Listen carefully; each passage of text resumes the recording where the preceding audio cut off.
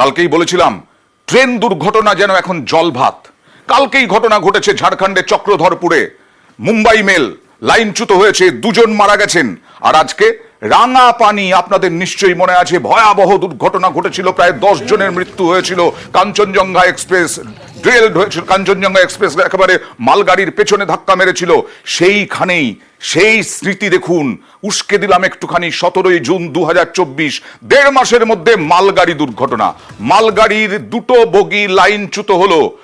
আবার সেই রাঙাপানিতে মালগাড়ির ছবি, মালগাড়ি লাইনচ্যুত 17ই জুন। আর আজ আবার এই জুলাইয়ের শেষ দিনে বেশ কিছুক্ষণ বন্ধ থাকলো রেল পরিষেবা, কিছুক্ষণ আগে শুরু হয়েছে। কথা বলবো প্রতিনিধি পার্থর সঙ্গে। পার্থ, কি কারণ এখনো পর্যন্ত জানা গেল? দেখো, এই বিষয়ে কিন্তু এখনো রেলের কর্তারা মুখ খুলতে নারাজ। আমরা এনজিপি যে এডিআরএম তার সঙ্গে আমরা ঘটনা আসলে তাকে জিজ্ঞেস করি, কিন্তু তিনি একেবারে এড়িয়ে যান আমাদের। এবং যে প্রশ্নগুলো উঠছে, কারণ এই একই জায়গায় যেখানে আজকে এই গুডস ট্রেনটি ডিরেল হয়েছে, সেখানেই কিন্তু মাস কয়েক আগে একই জায়গায় কিন্তু রাতের দিকে এরকম এই মালগাড়ি কিন্তু বেলান হয়ে পড়েছিল। অর্থাৎ সেটা 7-8 মাস আগের ঘটনা, এবং তারপর মাস 2 আগে এই রাঙাপানির কাছেই কিন্তু বড়সড় ট্রেন দুর্ঘটনা ঘটে, তুমি বলছিলে। স্বাভাবিকভাবে রেলের যে রক্ষণাবেক্ষণ, সেই রক্ষণাবেক্ষণে কোথাও খামতি আছে, এটাই কিন্তু প্রাথমিকভাবে মনে করা হচ্ছে। বিশেষজ্ঞরা তাই মনে করছে যে কোনো জায়গায় রেলের যে রক্ষণাবেক্ষণ, সেটা নিয়মিত রক্ষণাবেক্ষণ করা হচ্ছে না, বা সেটাই প্রাথমিকভাবে উঠে আসছে। তাছাড়া আর অন্য কোনো কারণ রয়েছে না। ইতিমধ্যে বিভাগীয় তদন্ত শুরু করছে উত্তর। আর মোটামুটি ভাবে কি এখন স্বাভাবিক হয়ে গেছে ট্রেন চলাচল? এখন ট্রেন চলাচল স্বাভাবিক হয়ে গেছে। সকাল থেকে প্রায় ঘন্টা 2 কিন্তু আপ এবং ডাউন লাইনের ট্রেন চলাচল বন্ধ ছিল, ঘুরপথের ট্রেন চালিয়েছিল রেল। তবে আবারও কিন্তু কিছুক্ষণ আগে, অর্থাৎ মিনিট 40-45 আগে কিন্তু আবার ট্রেন চলাচল আগের মতোই এই ট্র্যাকে চলছে। তবে এই ঘটনাস্থলে দুর্ঘটনাটি ঘটেছিল, সেখানে কিন্তু ধীর গতিতে। আর এই দুর্ঘটনার পর এক্স হ্যান্ডেলে উদ্বেগ প্রকাশ করে পোস্ট মমতা বন্দ্যোপাধ্যায়ের, তিনি লিখেছেন আজ আরো একটি রেল দুর্ঘটনা উত্তরবঙ্গের ফাঁসি দেওয়া রাঙাপানি এলাকায়, যেখানে 6 সপ্তাহ আগে মর্মান্তিক দুর্ঘটনা ঘটেছিল। ফের যা ঘটেছে তা নিয়ে আমরা উদ্বিগ্ন।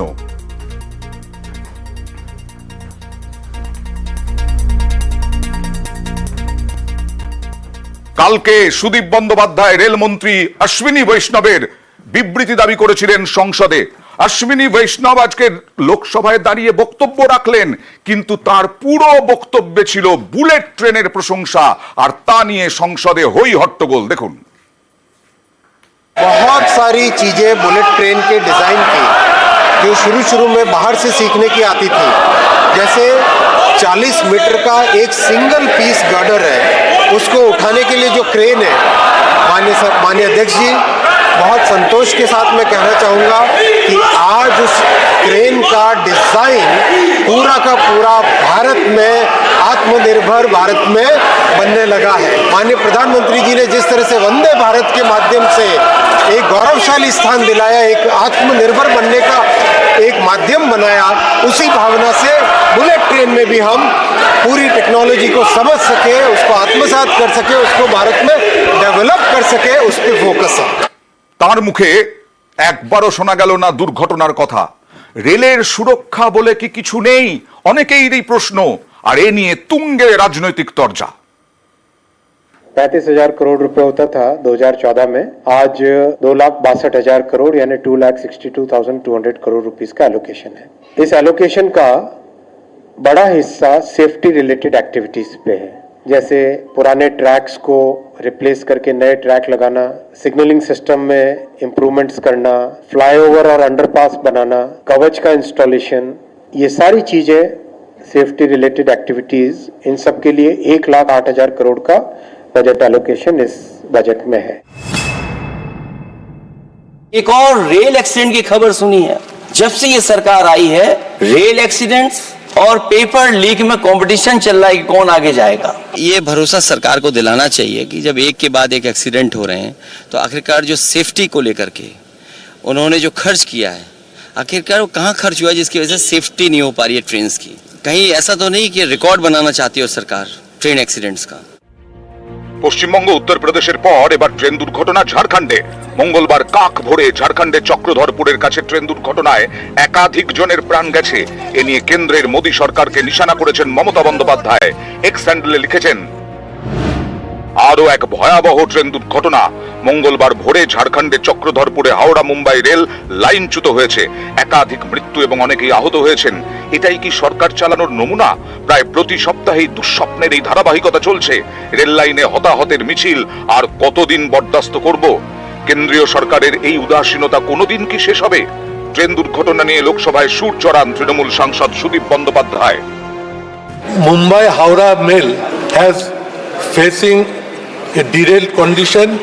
I was keen to know from the Honorable Railway Minister that what is the latest position, because safety in the railways has now become a challenge. Every day accident is taking place. I chaired the chairmanship of Railway Standing Committee last few years. Again and again we mentioned that railways should be given safety first, but now it is happening regularly.